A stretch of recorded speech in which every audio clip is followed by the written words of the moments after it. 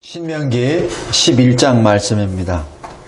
계속해서 이 요단강 앞에서 이제 요단을 건너기 직전에 하나님께서 모세를 통하여 자기 백성에게 지금 계속해서 명령하십니다. 이 명령은 모세에게는 유언의 명령이요, 하나님에게서는 새로운 시작의 명령입니다. 근데 그 명령이 특별한 게 아니에요. 특별하게 하나님께서 주신 말씀을 주어서 특별하게 뭘 해석을 하고 그것을 따르라는 것이 아닙니다. 하신 말씀을 계속해서 반복하십니다. 계속해서 반복하십니다. 성도 여러분, 천지를 창조하신 하나님은 말씀 한마디로 지으셨습니다. 그런데 우리 사람에게는 계속해서 반복해서 말씀해 주세요. 왜? 우리 사람이 하나님의 말씀을 너무 우습게 하니까. 하늘과 땅은 한마디로 세워졌습니다. 한마디로. 근데 사람은 계속 그래서 하나님의 성품 가운데 하나가 오래 참으심입니다. 오늘 계속해서 말씀하십니다. 오늘 말씀 이해 안 가는 말씀 없어요. 우리가 몰라서 이거는 어려운데 라고 하는 거 한 구절도 없습니다. 이미 다 우리가 알고 있는 내용이에요. 근데 또 말씀하십니다.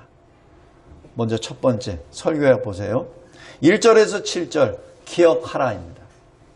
두 번째 8절에서 17절 지키라. 세 번째 18절에서 25절에 채우라. 마지막 26절에서 32절 받으라입니다. 먼저 첫 번째 기억하라입니다. 뭘 기억합니까? 하나님과 하나님이 행하신 일을 기억하라는 얘기입니다.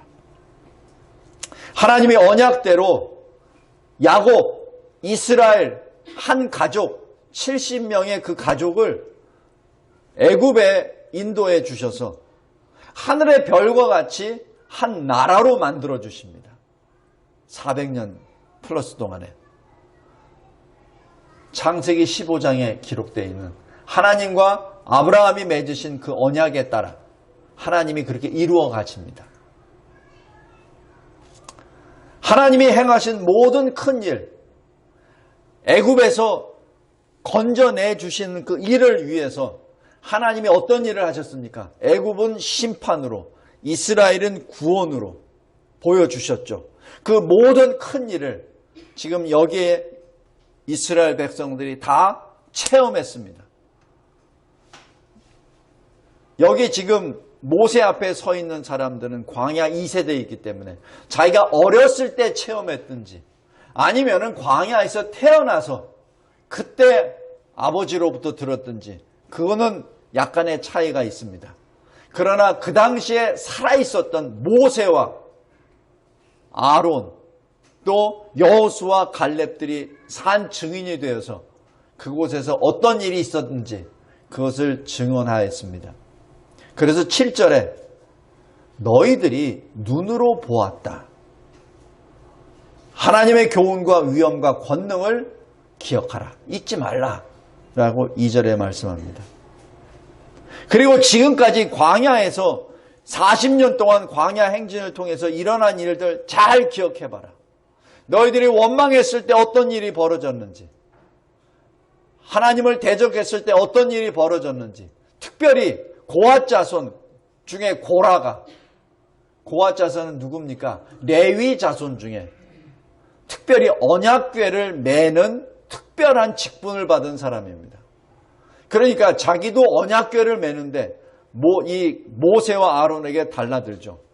나도 이 정도 직분인데, 나도 이 하나님의 언약궤를 매는 사람인데 어찌 너만 이 이스라엘의 지도자처럼 구하느냐라고 대들죠. 그래서 그때 250명이 전부 다 땅에 갈라져서 이스라엘 백성들 보는 앞에서 다 죽습니다. 하나님이 데려가 버리세요. 그 일을 기억하라. 5절, 6절입니다. 그리고 말씀합니다. 다시는 하나님을 원망하는 죄를 범하지 말라. 욥이 생각하지도 못하는 방법으로 모든 것을 다 잃어버려요. 욥기 1장 22절에 그럴 때 욥이 뭐라고 하죠? 내가 이 세상에 태어난 것도 알몸으로 태어났고 주님이 나에게 생명 주셨고 주님이 나를 데려가 주실 텐데 걷어가 주실 텐데 내가 무엇을 더 하나님께 말하랴 하면서 입으로 범죄하지 않았다라는 기록이 나옵니다. 성도 여러분, 여기 첫 번째 1절에서 7절 하나님을 기억하라. 하나님이 이스라엘 백성들의 행하신 일들을 기억하라. 이 성경을 볼 때 가장 중요한 주제입니다. 하나님이 어떤 분이시며 하나님이 나에게 어떤 일을 행하셨는지 그것을 늘 기억해야 됩니다. 그것이 성경 보는 첫 번째 주제입니다. 두 번째 8절에서 17절입니다. 8절 보십시오. 내가 오늘 너에게 명하는 모든 명령을 지키라. 오늘 너에게 전하는 하나님의 모든 명령, 모든 명령입니다. 그냥 내가 선택해서 내가 지키고 싶은 것만, 내가 가능한 것만 택한 것이 아니라 하나님이 주신 모든 명령을 지켜 행하라입니다. 그것이 하나님이 나에게 주신 약속의 땅을 끝까지 지키고 거기서 살 수 있는 방법입니다. 내가 그리스도인이 되었습니다. 그리스도인으로 끝까지 살 수 있는 방법이 무엇입니까? 이 방법입니다. 말씀을 지키라. 내가 천국 시민이 되었는데 내가 천국 시민으로 끝까지 천국에서 내가 살 수 있는 방법이 무엇입니까? 말씀을 지키면 됩니다. 순종하면 됩니다. 내가 믿음으로 천국 시민이 되었습니다. 근데 그 천국 시민을 끝까지 지키는 방법. 순종입니다. 지금 가나안 땅은 애굽 땅과 달라요. 애굽 땅은 풍요롭습니다. 평지입니다. 그런데 가나안 땅은 산악지형도 많고 또 가나안 땅에서는 목축업만 하는 것이 아니라 거기서 농경지를 개척해야 됩니다. 그러니까 어떻게 되죠? 자연스럽게 하늘의 비에 대해서 또 하늘의 태양의 빛에 의존할 수밖에 없죠. 다른 얘기로 하나님께 더 의지를 해야 되는 땅입니다. 애굽보다 하나님을 더 의지해야 될 땅입니다. 지금 그것을 지금 말씀하는 거예요. 그래서 10절에서 12절까지 보면은 하나님께서 그 땅에 들어가면 하나님이 다 공급해 주시리라. 그러니까 12절 보십시오. 내 하나님 여호와께서 돌보아 주시는 땅. 그 얘기는 뭐예요? 돌보지 않으면 너희는 살 수 없는 땅. 그 땅입니다. 너희들이 지금 보면 젖과 꿀이 흐르는 땅이라 좋은 땅이라 보이지 그 땅은 바로 하나님이 돌보시는 땅이야. 하나님이 돌보지 아니하시면 그 땅은 죽는 땅이야. 그 얘기는 뭐예요? 하나님께 더 붙어 있으라는 얘기입니다. 하나님께 더 신뢰하고 의지하라는 얘기입니다.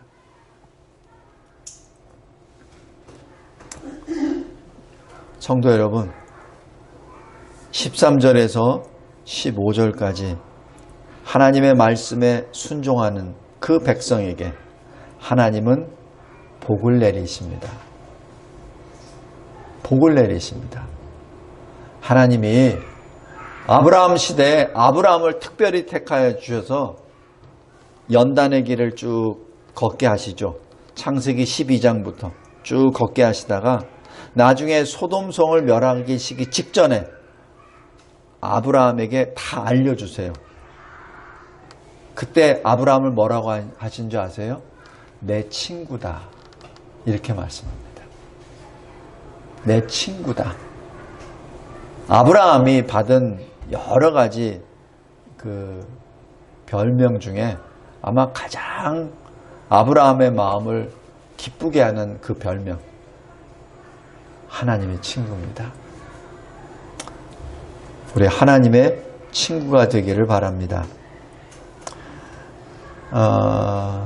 그에게는 뭐죠? 다른 신들을 섬기지 말라. 오직 하나님만 섬기라 라는 그 말씀입니다. 하나님을 섬기지 않을 때, 다른 신을 섬길 때 어떻게 된다고요? 그 땅은 황폐와 멸망으로 들어가게 됩니다. 세 번째, 18절에서 25절입니다. 18절에서 25절은 바로 채우라입니다. 뭘 채우라? 말씀을 채우라. 어디에? 너희 마음에. 다른 얘기하여서 너희 마음에 말씀을 새겨두라 라는 그 말씀입니다. 새기라는 건 뭐예요? 그 말씀을 암송도 하고 그 말씀을 계속해서 읽으면서 암송하면서 묵상하고 그 말씀대로 내가 살 수 있도록 계속 기도하고 찬송하고 한다는 그 내용입니다. 잊지 말란 얘기예요.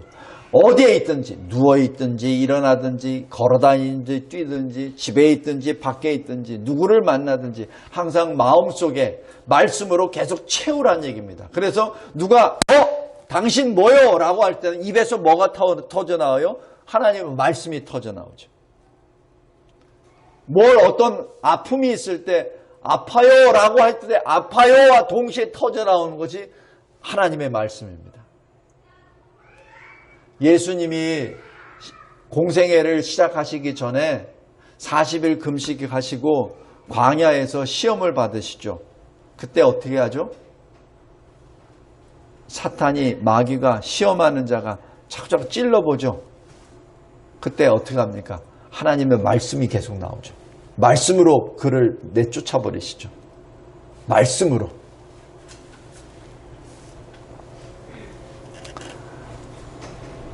성도 여러분, 하나님은 우리의 이름을 하나님의 손바닥에 기록하셨습니다. 그러면 우리는 하나님의 말씀을 마음에 새기는 것이죠. 그리고 늘 말씀에 눈을 고정시킵니다. 그리고 삶 속에서 선한 것으로 시작합니다. 그 선한 것을 누가 시작하셨죠? 하나님이.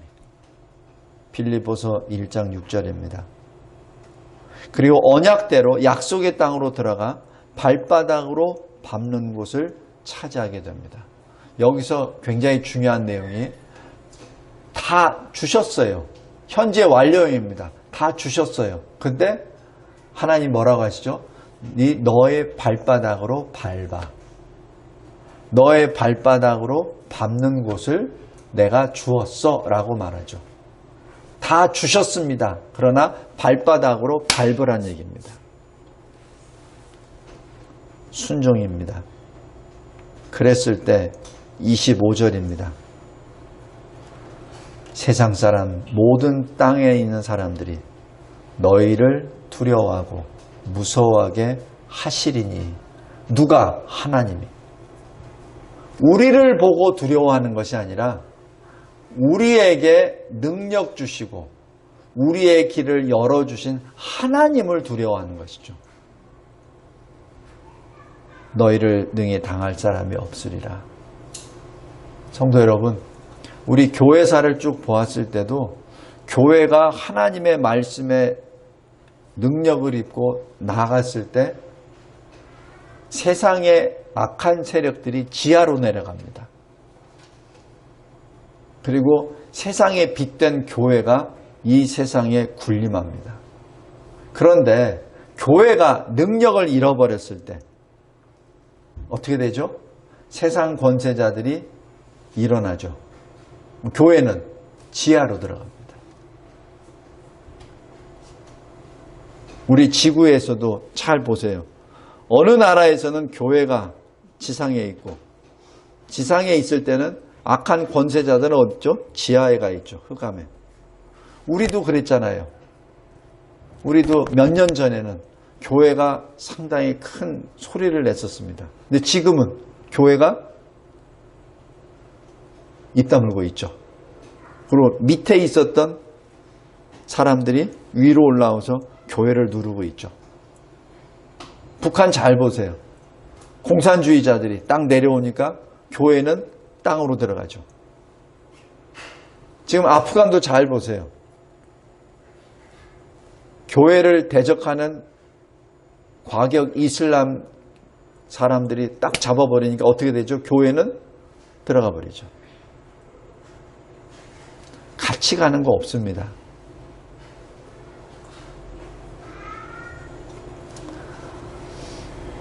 우리가 하나님의 말씀에 순종할 때, 그때 세상의 악한 권세자들은 하나님과 동행하는 교회를 두려워하게 됩니다. 마지막으로 네 번째입니다. 26절에서 32절. 하나님 앞에서 순종하라. 그러므로 복을 받으라. 26절에 내가 오늘 복과 저주를 너희 앞에 두나니. 누가? 하나님이 이스라엘 앞에 복과 저주를 딱 내놓으십니다. 성도 여러분, 어느 길을 택할까요? 너무 쉽잖아요. 답은 뻔하잖아요. 복과 저주가 있어요. 그럼 당연히 복의 길로 가지. 어느 바보가 저주의 길을 갑니까? 그죠? 저주 길 가면 바보지. 가는 길이 저주만 있다고 그냥 뭐 이렇게 슬프다고 그러는데, 하나님이 딱 주셨어요. 복의 길, 저주의 길. 딱 주셨습니다. 지금 하나님이 이스라엘 백성들에게 분명하게 말씀하세요. 애매모호하게 말씀 안 하세요. 너희들에게는 복의 길도 갈 수 있고 저주의 길도 갈 수 있어. 어느 길로 갈래? 나중에 요단을 건넌 다음에 그리심산에, 그리고 또 이 에발산에 아예 너희들이 딱 세워놓고 거기서 복과 저주를 선포해. 그럼 뭐예요? 복의 길로 가라는 얘기죠. 하나님이 저주의 길로 가라고 그렇게 두 길을 예비하셨겠습니까? 그죠? 생명의 길로 가라고 하셨지 죽음의 길로 가라고 하시지는 않잖아요. 그래서 여호수아가 이 말씀을 마음에 새기고 요단을 건넌 다음 이 첫 성 여리고 성을 무너뜨리고 난 다음에 제일 먼저 들어간 곳, 바로 이 그리심산과 에발산입니다. 그곳에 올라가서 모세를 통하여 하나님이 주신 명령을 그대로 이행합니다. 복의 선포를 하죠. 그리심산에서. 그리고 저주를 선포합니다. 에발산에서.